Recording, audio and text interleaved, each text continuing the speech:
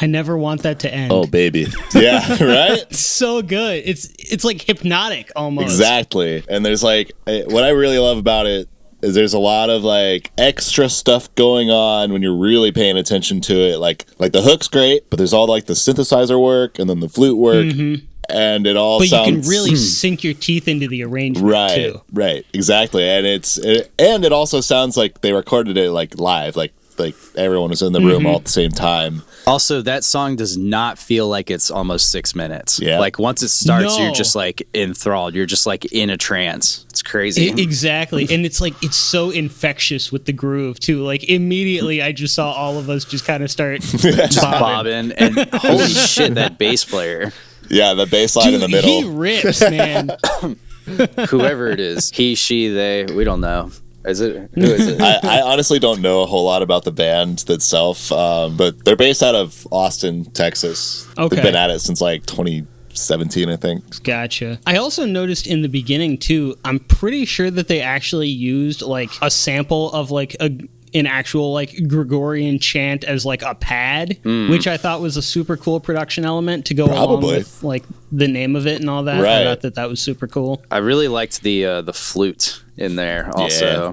And then it also like changes time signature like every phrase. It's like 6/4, then a 7/4, then like add beats. back to 6/4, then it does like a 8 or something. It's like it's crazy. Good old math psych. Math Yeah. psych. I also thought it was super cool too, as far as like production stuff goes, that it didn't feel like it was there throughout, but there were just certain sections where they kind of like just like threw on some like real lo-fi effects on there. Yeah. Gave it some nice like tape hiss and some, vinyl crackle and all that. Especially at the end too, when it all came down. Really make it sound nice and warm and cozy. And It's very like King Gizzardy vibes, I think. Yeah, especially with yeah. It's the less intense it's like kind of like version. it's not microtonal, but it like sounds like slightly out of tune in some spots, like in a cool way.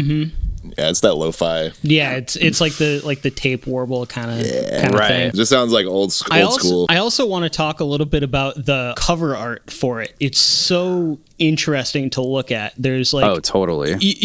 you can just sink your teeth into that for a while and just like look at everything. Music that's is in there dead and on the right side. Oh yeah, well, that's what the record's called. that's the name of the album. Yeah, Nice. it's called Yeah. Music is Dead. And then, but it's like you look at it, and I love how it's just like this, like almost like children's book style of like drawing. Of Like- a like musician's room. That is like- Yeah, it's what our room looks like exactly. right now. I wonder if everywhere. they literally just like took a picture of their jam room and were like, let's animate this. Yeah, let's have somebody like draw over it and like add extra stuff to Yeah. it. That'd be cool.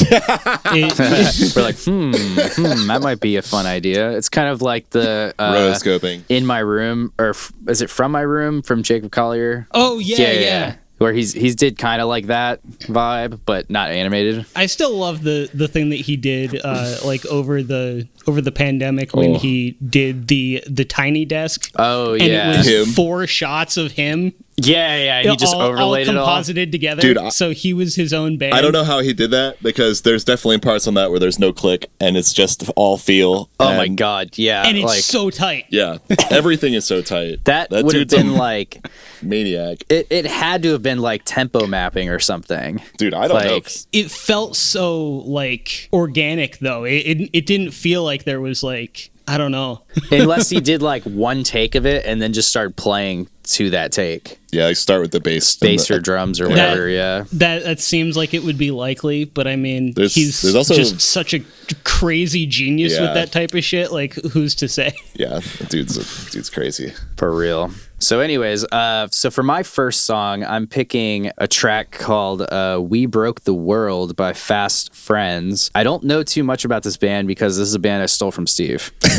So we were driving back from like some show. Was it Lexington? I can't remember. We were Yeah. driving back from a gig It was and we had definitely like from Kentucky. we had like a 3-hour drive back to Nashville, and this just came up on Spotify. Like Steve was playing this EP for me, and I was like, what the fuck is this? He's like, you got to check this band out. They sound like Pup. Okay, that's So- definitely up my alley. Yeah, same. So this is We Broke the World by Fast Friends.